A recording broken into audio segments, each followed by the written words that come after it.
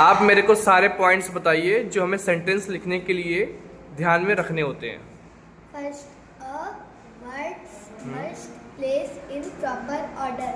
हमें सेंटेंस के बनाने के लिए जो वर्ड चाहिए वो प्रॉपर ऑर्डर में होने चाहिए। Very good. Second, a sentence always begin with a capital letter. हर एक सेंटेंस के फर्स्ट लेटर कैपिटल लेटर में होने चाहिए। Very good. Third, a sentence must have a main verb. हर एक सेंटेंस में मेन वर्ब होने चाहिए। Very good. A sentence must ends with a full stop, question mark और एक्सक्लेमेशन मार्क। हर सेंटेंस के लास्ट में फुल स्टॉप होने चाहिए या फिर क्वेश्चन मार्क होने चाहिए या फिर एक्सक्लेमेशन मार्क होने चाहिए। Very good. सब लोग क्लैपिंग करेंगे।